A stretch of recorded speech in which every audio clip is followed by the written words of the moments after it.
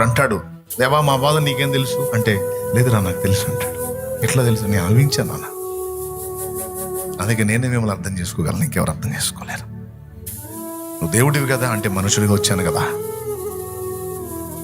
మీరు ఎలాంటివి ఎదుర్కొంటారో నాకు తెలుసు, ఎలాంటి శోధనలు ఉంటాయో నాకు తెలుసు, వాటికి ఎంత ఆకర్షణ ఉంటుందో నాకు తెలుసు, అవి ఎంత బాధాకరంగా ఉంటాయో నాకు తెలుసు, ఎంత ఒత్తిడితో ఉంటాయో నాకు తెలుసు. నేను ప్రాక్టికల్గా అనుభవించాను, నేర్చుకున్నాను మీ అనుభవం. ఇప్పుడు మీరు మీరు ఏది ఫేస్ చేస్తున్నారో అదంతా నాకు తెలుసు.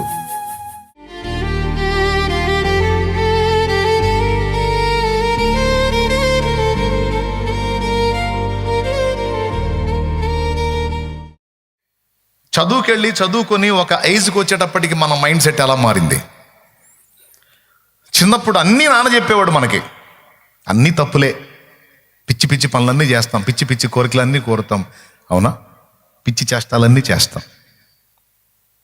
కానీ ఒక ఏజ్కి వచ్చేటప్పటికి అటు చదువు వల్ల, ఇటు సమాజంలో అనుభవాల వల్ల కొంచెం కాస్త అవగాహన పొంది చివరికి ఏ స్థాయికి వస్తామంటే, అది కరెక్ట్ కాదు నాన్న, అలా చేయకూడదు, ఇట్లా చేస్తే బాగుంటుంది అని నాన్నకే సలహాలు ఇచ్చే స్థాయికి వెళ్తాం. ఎంతమంది ఒప్పుకుంటారు? చెప్పరేమయ్యా, మీ నాన్నకు ఆలోచన చెప్పలేదా నువ్వు? నువ్వు లైన్లోకి వచ్చేసరికి ఆయన పోతే చేయగలిగింది ఏం లేదు. నువ్వు లైన్లోకి వచ్చేసరికి ఆయన పోతే చేయగలిగింది ఏం లేదు మా. ఒకవేళ ఆయన ఉంటే పిల్లగా ఉన్నప్పుడు పొద్దస్తమానం నీకు చెప్తాడు, నువ్వు అడుగుతానే ఉంటావు, నీకు చెబుతానే ఉంటాడు. కానీ ఒక ఏజ్కి వచ్చేసరికి సమాజం కొన్ని అనుభవాలు నేర్పుతుంది, చదువు కొన్ని పాఠాలు నేర్పుతుంది. వెరసి నాన్న ఎలాగైతే కొన్ని అనుభవాలు పొంది ఘనుడయ్యాడో, అలాగున నువ్వు కూడా అనుభవాలు పుట్టగా మారిపోతావు. మరి ఎదిగే కొద్ది పిల్ల చేష్టాలన్నీ మానేసి పెద్దవాళ్ళ ప్రవర్తించటం, బాధ్యతల్లోకి రావటం, అట్లా చేసి ఫైనల్గా నాన్నకే ఆలోచన చెప్పే స్థాయికి వస్తావు. అప్పుడు తృప్తి చెందుతాడు నాన్న. ఓ మంచి సలహా మీ నాన్నకి చెప్పి అది సక్సెస్ అయిందనుకో, 100 మందికి చెప్తాడు ఆయన. మరే సుబ్బరా ఇట్రా కూర్చో, మావాడయ్యా మావాడు అందుక ఆ మావాడి సంగతి మొదలు పెడతాడు. వాడు మనం నిన్నమొన్నటిదాకా అంత పిల్ల చేష్టాన్ని చేశాడు కదా, మొన్నవాడు మాట్లాడుతుంటే అసలు నాకు ఎంత ఆశ్చర్యం వేసిందంటే, మావాడు పెద్దోడయ్యాడా 30 ఏళ్ళు వచ్చినాడు, పెద్దోడు కాడంటే. 30 ఏళ్ళయా, వాడు నిన్నమొన్నటిదాకా పిల్లోళ్ళనే ఉంటే. వాడి సలహా ఫలిస్తే, వాడు మంచి ఆలోచనకర్తగా మారితే, వాడిని బట్టి ఎంత ఆనందపడతాడంటే, దొరికినోడు కలిగి వెంకట్రా ఎట్రా మావాడు అని మొదలు పెడతాడు. ఈయన సంగతి చెప్పడు ఇక మావాడిలా. ఎందుకు అంటే, మావాడు పెద్దోడాడండి, మావాడు మంచి ఆలోచన చెప్తున్నాడు, మావాడు చెప్పిన అసలు నాకే కొన్ని తెలియని మావాడు చెప్పాడు అని ఎంత హ్యాపీగా ఫీల్ అవుతాడంటే అంత సంతోషం. అవునా? యాజ్ ఇట్ ఈజ్గా ఆయన కూడా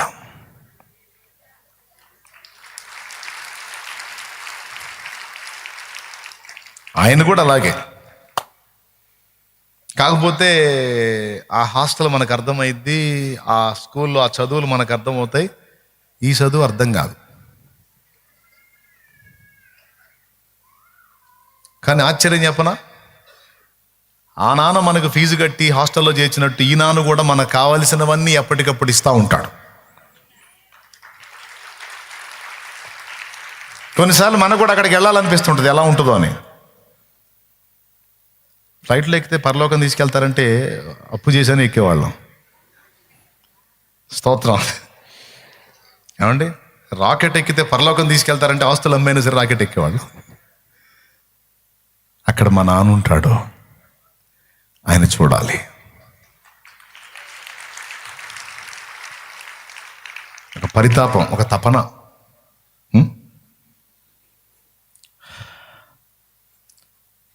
హాస్టల్లో ఉంటే వాడు ఒక 4-5 సంవత్సరాలు ఉంటేనే చాలా సంవత్సరాలు ఉన్నట్టు. అలాంటిది 70-80 ఏళ్ళు 100 ఏళ్ళు అంటే ఇక్కడ ఏందండి ఆయన వదిలిపెట్టి? ఎవరిని వదిలిపెట్టి? నాన్న వదిలిపెట్టి. ఈ 60-70-80 ఏళ్ళకే అసలు ఉన్నావా, నువ్వే నన్ను కన్నావా, కనికరం అనేది ఏదైనా ఉందా, ఉంటే ఒక్కసారన్నా కనపడాలి కదా, కనీసం దగ్గరకు వచ్చి ధైర్యం చెప్పాలి కదా. అడ్రస్ లేవు. ఎన్ని సంవత్సరాలు నీ కోసం ఎదురు చూడాలి, ఒక్కసారి నాకు కనపడలేదు అని అడుగుదామా? ఆయన ఏమంటాడు తెలుసా? 80 ఏళ్ళు కాదు, 100 ఏళ్ళు నువ్వు భూమి మీద ఉంటే కూడా ఆయన ఏమంటాడో తెలుసా? ఎంతసేపు అయిందిరా నా దగ్గర నుంచి నువ్వు వెళ్ళి అంటాడు ఆయన. ఎంతైంది? 100 ఏళ్ళు అంటావు నువ్వు. ఒరే, నా దృష్టికి 1000 ఏళ్ళు ఒక సంవత్సరం లాగుంది, ఒక దినం లాగుందిరా, ఒక రోజు లాగుంది అంటాడు. సంవత్సరం కాదు, రోజు. 1000 ఏళ్ళు ప్రభు దృష్టికి ఒక దినము. ప్రభు దృష్టికి ఒక దినము 1000 సంవత్సరముల వలెను, 1000 సంవత్సరములు ఒక దినము వలెను ఉన్నాయని రాస్తుంది బైబిల్లో. 1000 ఏళ్ళు ఒక దినం అయితే ఇప్పుడు మనం బతికిన 100 ఏళ్ళు నిమిషాల్లోకి వచ్చిద్దా, సెకండ్స్లోకి వచ్చిద్దా? దేవునికి స్తోత్రం కలుగును గాక. ఇవన్నీ బైబిల్లోనే ఉన్నాయి. పేతురు పత్రిక 2 పత్రికలో 3వ అధ్యాయంలో అంటాడు ఆ మాట. ప్రభువు దృష్టికి ఒక దినము 1000 సంవత్సరముల వలెను, 1000 సంవత్సరములు ఒక దినము వలెను ఉన్నవి. పేతురు రాసిన 2 పత్రిక 3వ అధ్యాయము 8వ వచనం. ప్రియులారా, ఒక సంగతి మర్చిపోకుడు, ఏమనగా ప్రభు దృష్టికి ఒక దినం 1000 సంవత్సరముల వలెను, 1000 సంవత్సరం ఒక దినము వలెను ఉన్నాయి. దీన్ని బట్టి ఆలోచించండి. ఇప్పుడు ఎంతకాలం అయింది మనం తండ్రిని వదిలిపెట్టి, తండ్రి మనల్ని వదిలిపెట్టి? నిమిషాల్లోకి వచ్చిద్దా, సెకండ్స్లోకి వచ్చిద్దా? ఈ లెక్క ప్రకారం కదా, చాలా తక్కువ. దానికే మనకు సుక్కలు కనపడుతున్నాయి. నేనేమన్నా కల్పించి చెబుతున్నానా, లేఖనాల్లో ఉందా? ఇది అర్థమైతే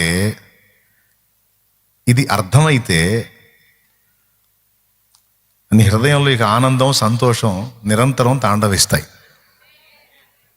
నీకు ఎదురయ్యే పరిస్థితులన్నీ కూడా నీకు సంతోష కారణాలే అవుతాయి తప్ప దుఃఖ సహితము కావు. అర్థమైందా? మ్యాటర్ అర్థమైతే విద్య సంతోషంగా నేర్చుకుంటాం, అర్థం కాకపోతేనే హింసగా ఫీల్ అవుతాం. హాయిగా ఆడుకునేవాడిని టయానికి తన్ని బడికి పంపిస్తుంటే నేను అనుకున్నాను,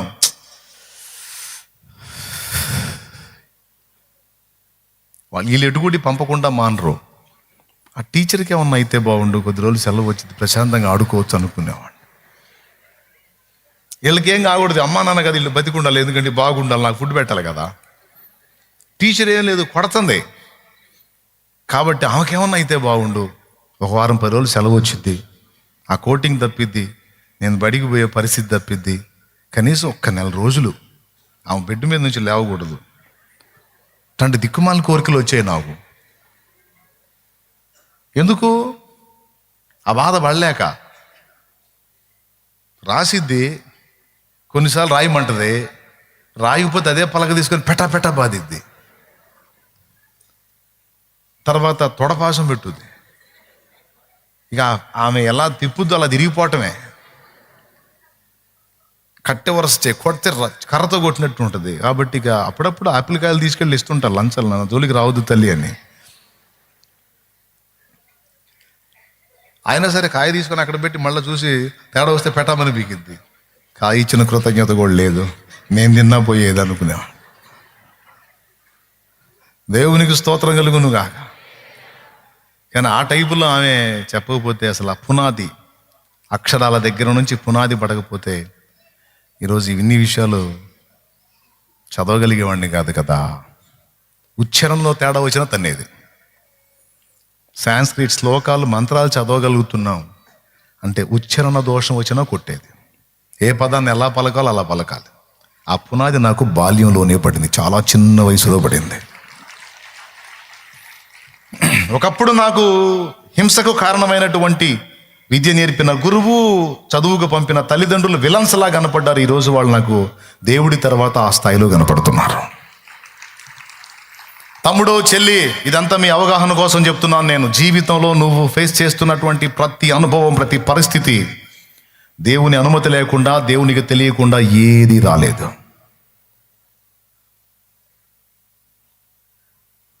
దేవుడు వారు దీని చేత ట్రైనింగ్ పొందడానికి మానవులకు ఏర్పాటు చేసిన ప్రయాసము బహు కఠినమైనది. ఇదొకటేనా? కొరింథీయులకు రాసిన మొదటి పత్రిక 10వ అధ్యాయము, మొదటి కొరింథీ పత్రిక 10వ అధ్యాయము, ఒకసారి బైబిల్ తీయండి, 12, 13 వచనాలు ఒక్కసారి చూడండి. తాను నిలుచున్నానని తలంచుకొనువాడు పడకునున్నట్లు జాగ్రత్తగా చూచుకొనవలెను. సాధారణముగా మనుషులకు కలుగు శోధన తప్ప మరి ఏదియూ మీకు సంభవింపలేదు. అద్దుకు చూడు, సాధారణముగా మనుషులకు కలుగు శోధన తప్ప మరి ఏది మీకు సంభవింపలేదు. దేవుడు నమ్మదగిన వాడు. మీరు సహింపగలిగినంత కంటే ఎక్కువగా ఆయన మిమ్మల్ని శోధింపబడనీయుడు. ఇక్కడే నాకు ప్రశ్న, అసలు సహింపగలిగినంత కంటే ఎక్కువగా శోధింపబడనీయుడు అంటే ఈ శోధన అనేది మాకెందుకు?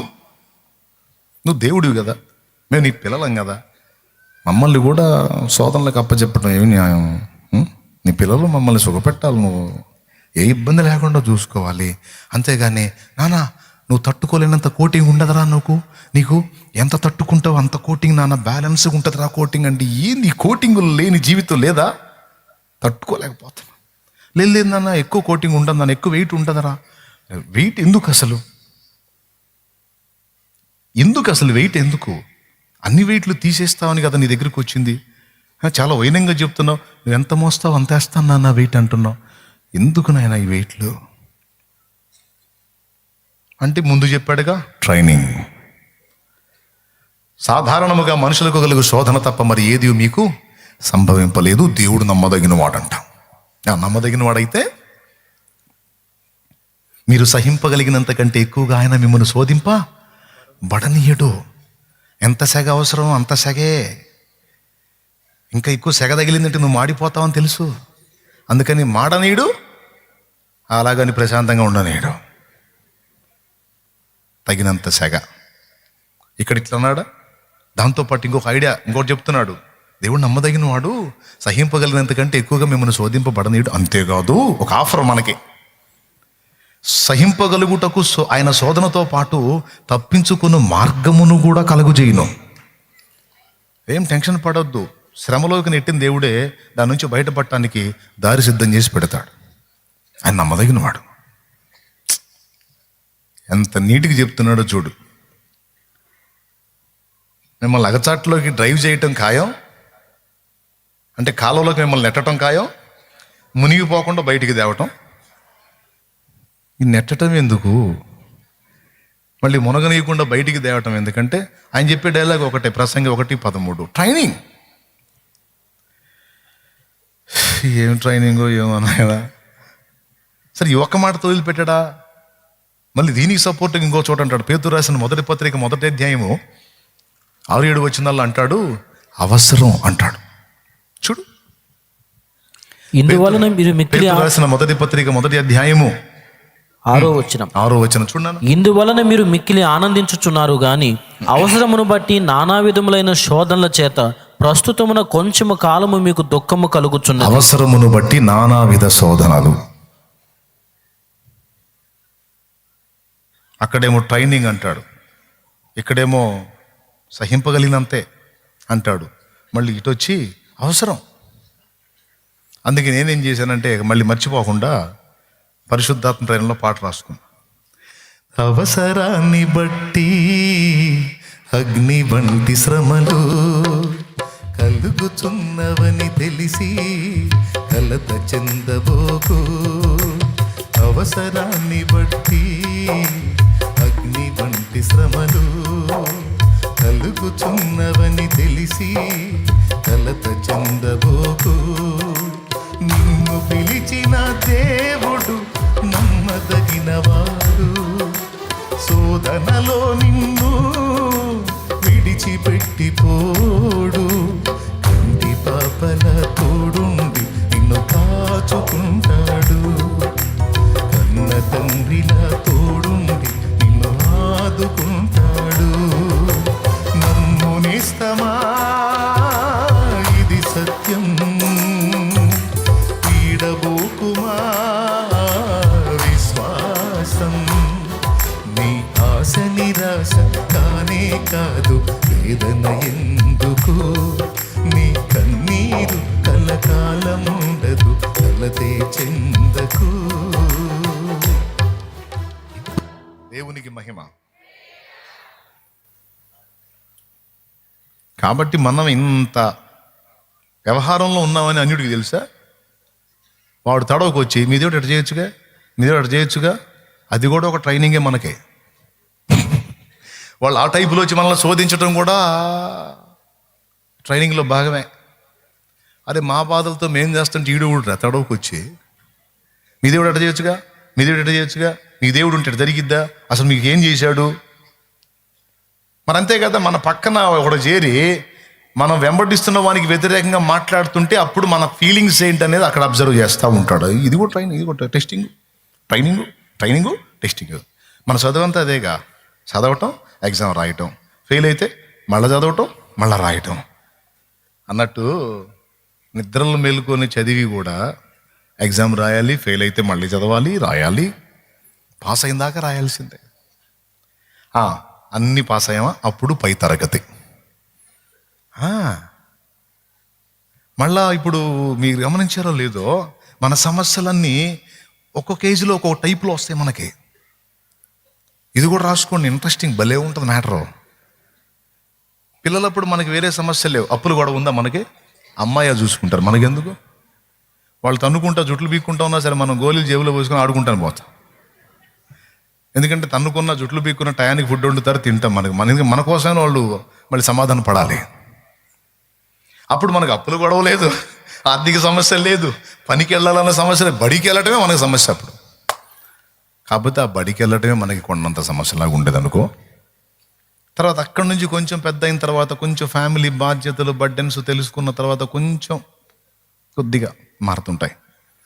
తర్వాత కొంచెం మనం ఏజ్కి వచ్చిన తర్వాత చదువుతూ ఉండగా నాన్నకు కానీ అమ్మకు కానీ ఏదైనా సమస్య అయితే కొన్ని కుటుంబ బాధ్యతలు మోయాల్సి వచ్చింది, అప్పుడు కొంచెం వెయిట్ పడుతూ ఉంటుంది, అవునా? ఆ తర్వాత పెళ్ళిడు వచ్చి పెళ్లి చేసుకున్న తర్వాత సమస్యలు మరో రూపం తీసుకుంటాయి. అప్పుడు దాకా మనమే సింగిల్గా మనకు సమస్య. తర్వాత మన జీవితంలో ఒక పర్సన్ ఎంటర్ అవుతారు.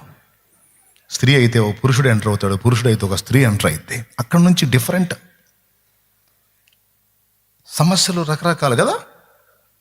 ఒక్కొక్క ఏజ్లో ఒక్కొక్క టైపు, ఒక్కొక్కటి పాస్ అవుతా వస్తుంటే డోస్ పెరుగుతూ ఉంటుంది. దేవునికి స్తోత్రం కలుగునుగా, హల్లెలూయా. అర్థమవుతుంది కదా.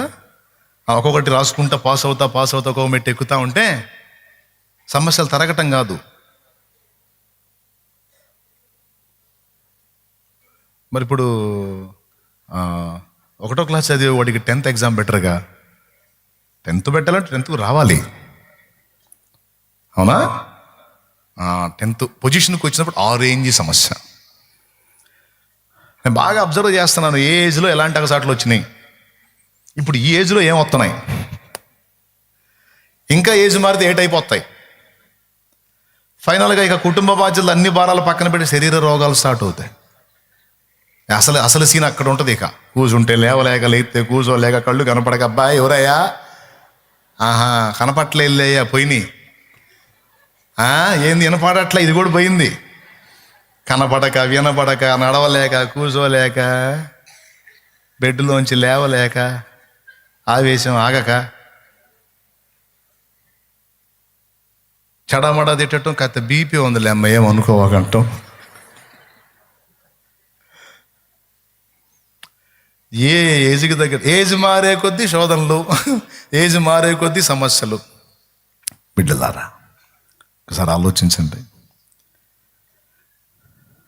వివాహం అయినప్పుడు ఒక సమస్య, పిల్లలైనప్పుడు ఇంకొక సమస్య, ఆ పిల్లలు చదువుల విషయంలో ఒక సమస్య, వాళ్ళ భవిష్యత్తు విషయంలో ఒక సమస్య, చివరికి వాళ్ళు పెద్దోళ్ళే పెళ్ళిళ్ళు అయితే ఇంకొక టైపు సమస్య. ఇట్లా ఈ పిల్లలకి చదువులు, వాళ్ళ పెళ్ళిళ్ళ సమస్య అనేది 5వ తరగతి చదివాడికి ఉంటుందా? అస్సలు. మన ఆత్మీయ ప్రగతి పొందే కొద్దీ, స్పిరిచువల్ లైఫ్లో మనం ఎదిగే కొద్దీ మన మీదికి వచ్చే శోధనల డోసు కూడా పెరిగిద్ది. ఇది కూడా గుర్తుపెట్టుకోండి. నువ్వు ఆధ్యాత్మిక ప్రారంభ దశలో ఉన్నప్పుడు వచ్చే శోధనలు వేరు, నువ్వు పరాకాష్ఠకు చేరువయ్యే కొద్దీ వచ్చే శోధనలు వేరు. ఆ దశలో ఉన్నప్పుడు నేర్చుకోవాల్సిన అనుభవాలు ఆ దశలో, ఈ దశకు వచ్చినప్పుడు నేర్చుకోవాల్సిన అనుభవాలు ఈ దశలో. టోటల్గా అవసరం అండ్ అనుభవం మూడవది ఎంతో, అంతే, ఎక్కువ కాదు. ఈ 3 రిఫరెన్స్ లేనా, ఇంకేం లేవా? ఓ మస్తున్నాయి. ఎవని నిమిత్తం సమస్తం ఉండవో ఎవరి నిమిత్తం సమస్తము నిర్మించబడినవో ఆ కుమారుని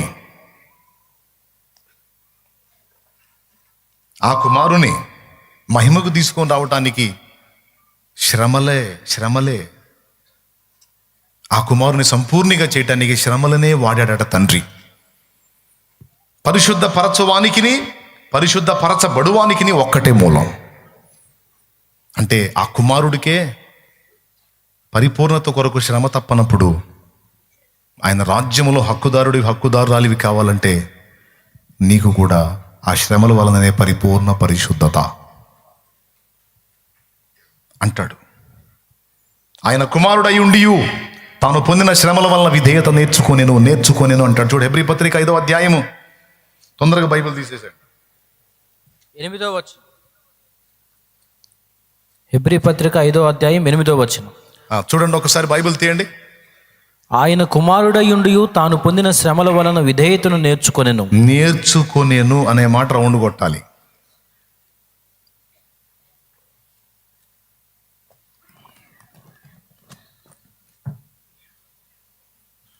ఆయన నేర్చుకోవాల్సి రావటం ఏంటండి? నాకు అర్థం కాదు. ఈ మాట మీరు జీర్ణించుకుంటారా? యేసయ్య కూడా ట్రైనింగ్ అవసరమైందంటే మీరు జీర్ణించుకుంటారా? దాన్ని ఎలా ఆలోచించాలి ఒక్కసారి ఊహించండి మీరు. తాను పొందిన శ్రమల వలన విధేయత నేర్చుకొనేను. ఆ నేర్చుకొనేను అనే మాట రౌండ్ కొట్టి యేసయ్య నేర్చుకొనేను అనేది మనకు జీర్ణమైద్దా? ఎలా అయింది? ఆయనకు నేర్చుకునే కర్మ ఏంటి? సర్వం ఎరిగినవాడు అని మనం పాడుతున్నాంగా. సర్వాధికారివి, సర్వజ్ఞుడు. సర్వజ్ఞత అంటే అన్నీ తెలిసినవాడు. అర్థమైందా? అల్పజ్ఞుడు అంటే కొంచెం తెలిసినవాడు. అజ్ఞుడు అంటే అసలు తెలియనోడు, అజ్ఞాని. సర్వజ్ఞుడు, అజ్ఞ. సమస్తమును ఎరిగి ఉన్న దేవునికి కూడా కొన్ని అనుభవాలు లేవు. అది వింతైన మాట, కానీ నిజం. కొన్ని అనుభవాలు లేవండి. అందులో మొట్టమొదటిది ఏం చెప్పనా? అమ్మ కడుపులో 9 నెలలు ఉంటే ఎలా ఉంటుందో అనుభవం లేదు. అది మనందరికీ ఉంది. ఆ అనుభవం మళ్ళీ దూతలకు కూడా లేదు. మనకే. ఇప్పుడు యేసయ్య అమ్మ కడుపులో 9 నెలలు ఉన్నాడా లేదా? మరియమ్మ తల్లి కడుపులో ఉన్నాడా లేదా? అంతకుముందు ఎవరి కడుపులో నన్ను ఉన్నాడు ఆయన? ప్రియులారా, నా పాయింట్ మిస్ అవ్వలేదు కదా మీరు.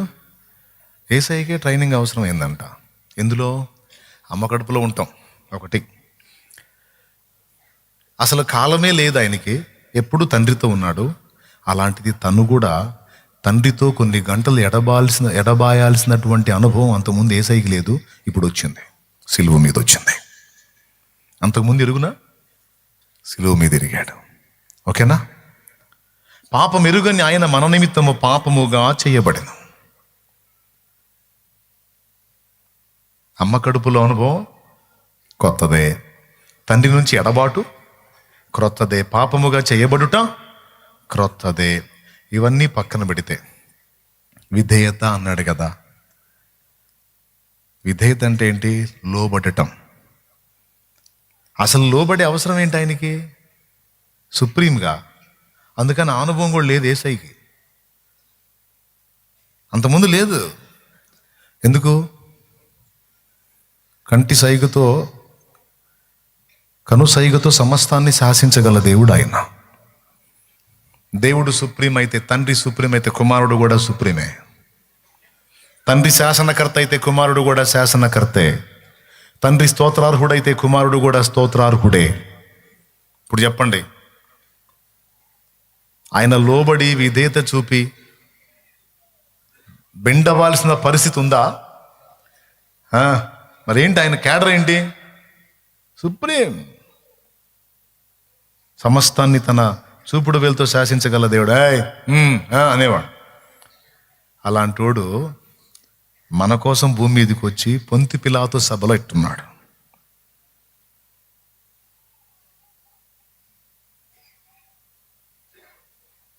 తలదించుకొని ఉన్నాడు అట్లా. అసలు యేసయ్య ఎక్కడ, పిలాతు ఎక్కడ? యేసయ్య ఎక్కడండి? సమస్త విశ్వాన్ని నిర్మించిన నిర్మాణకుడు ఆయన. సమస్తాన్ని కనుసైగతో శాసించగల దేవుడు ఆయన. దేవుడు దేవునితో ఈక్వల్, దైవ సింహాసనం మీద కూర్చున్నవాడు. అలాంటి వాడు పొంతి పిలాతు సభలో మౌని అలా అలా అలా అలా ఉంటాడు. ఆయన సంఖ్యల చేత బంధించబడి. ఎవరైనా విశ్వాన్ని నిర్మించినవాడు, ఆకాశాన్ని జ్ఞానతో కొలిచినవాడు, శూన్యములో భూమిని వేలాడదీసినవాడు, పర్వతాలను త్రాసులో తూచినవాడు, కొలపాత్రలు భూమిని కొలిచిపోసినవాడు. ఏం అనుభవం అండి అది! ఎలా సాధ్యం? తాను పొందిన శ్రమల చేత ఆయన విధేయత నేర్చుకునేను అని రాస్తుంది. మన ప్రధాన యాజకునికి, మన రక్షకునికి, మనందరి ప్రభువుకి శ్రమలే ఆ విధేయతను నేర్పాయి. ఇవన్నీ ఆల్రెడీ ఆయన అనుభవించాడా? కొత్తవా? తాను శోధింపబడి శ్రమ పడేను గనుక శోధింపబడు వారికి సహాయము చేయువాడై ఉన్నాడని రాస్తుంది.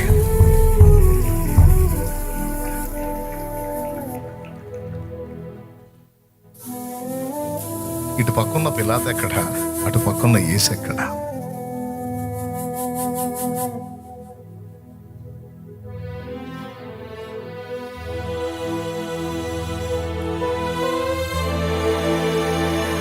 ఏమర్థమైంది పిల్లారా మీకు? అయితే ఒకటి గుర్తుపెట్టుకోండి, ఆ ముళ్ళ కిరీటాన్ని ధరించి శ్రమానుభవం పొందిన యేసు మహిమ కిరీటధారి అయి ఉన్నాడు. ఇప్పుడు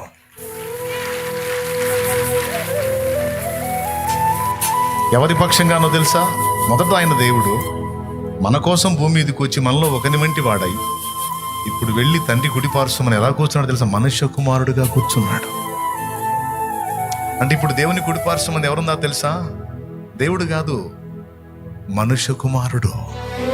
మనుషుల అనుభవాలు, మనుషుల స్థితిగతులు, మనుష్య ప్రపంచంలోని పరిచయాలు, మనుషుల భావోద్రేకాలు, బాధలు, వేదనలు, దుఃఖాలు, శోధనలు సమస్తాన్ని ఎరిగినటువంటి అనుభవజ్ఞుడైనటువంటి ఒక మానవుడు, దేవ నరుడైన వాడు తండ్రి కుడిపార్శ్వమందు కూర్చున్నాడు. ఆ ఒక్కడే అర్థం చేసుకోగలడు, ఆ ఒక్కడే మన పక్షంగా విజ్ఞాపన చేయగలడు.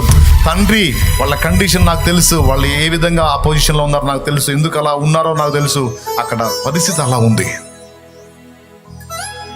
వాళ్ళు ఎదుర్కొంటున్న పరిస్థితులు చాలా జటిలంగా ఉన్నాయి. తండ్రి, నేను వెళ్ళొచ్చాను, ఆ శోధనలన్నీ నేను అనుభవించి శ్రమ పడ్డాను, నా బిడ్డలు అదే కండిషన్లో మరి సాయించి అని మన పక్షమున విజ్ఞాపన చేస్తున్నాడు. మన దోషములను పరిహరించమని ప్రార్థిస్తున్నాడు. తండ్రి కుడిపార్శ్వమని ఎందుకు ఉండాలి ఆయన? ఎందుకున్నాడు అంటే మన పక్షమున విజ్ఞాపన చేయటానికి ఉన్నాడు. ఎందుకంటే ఆ ఒక్కడే మనల్ని అర్థం చేసుకోగలడు. ఎందుకంటే ఆయన భూమి మీదకి వచ్చాడు, నేర్చుకున్నాడు. ఇప్పుడు అంటాడు, దేవా మా బాధ నీకేం తెలుసు అంటే, లేదురా నాకు తెలుసు అంటాడు. ఎట్లా తెలుసు? నేను అనుభవించాను నాన్న, అందుకే నేనే మిమ్మల్ని అర్థం చేసుకోగలను, ఇంకెవరు అర్థం చేసుకోలేరు. నువ్వు దేవుడివి కదా అంటే, మనుషుడిగా వచ్చాను కదా. నువ్వు ఎలాంటివి ఎదుర్కొంటారో నాకు తెలుసు, ఎలాంటి శోధనలు ఉంటాయో నాకు తెలుసు, వాటికి ఎంత ఆకర్షణ ఉంటుందో నాకు తెలుసు, అవి ఎంత బాధాకరంగా ఉంటాయో నాకు తెలుసు, ఎంత ఒత్తిడితో ఉంటాయో నాకు తెలుసు. నేను ప్రాక్టికల్గా అనుభవించాను, నేర్చుకున్నాను మీ అనుభవం. ఇప్పుడు మీరు మీరు ఏది ఫేస్ చేస్తున్నారో అదంతా నాకు తెలుసు. చూడండి, మన ప్రధాన యాజకుడు మన బలహీనతలలో సహానుభవం లేనివాడు కాడు, కానీ ఆయన సమస్త విషయంలో మన వల్ల శోధింపబడిన నువ్వు పాపము లేనివాడుగా ఉంటాను. హెబ్రీ పత్రిక 4:15 మన ప్రధాన యాజకుడు మన బలహీనతలో సహానుభవం కలిగిన వాడయ్యాడు. ఇదంతా ఎలాగా? ఒకప్పుడు లేదు ఆయనకి. కెరూబులు, శరాపులు, దూతలు, మహాదూతలు అందరినీ కనుసైగతో చేతి వేలుతో శాసించటమే తెలుసు, కానీ శాసనానికి లోపట్టడం తెలియనివాడు ఏ నేరం లేకపోయినా మన నేరం తన మీద వేసుకుని పిలాతు సభలో దోషిగా నిలబడ్డాడు. మన పాపముల కోసం ప్రాణం పెట్టడానికి వచ్చి, మన పాపముల నిమిత్తం బలి కావడానికి వచ్చి, ఏ దోషము లేని పరిశుద్ధుడు మన దోషాలు మీదేసుకొని, అవును నా పిల్లలు నిర్దోషులు, నేనే దోషిని, నన్నే శిక్షించండి అని మన పక్షమున తను అప్పగించుకున్న నిజమైన దేవుడు, ఏకైక రక్షకుడు నజరేయుడగు యేసు.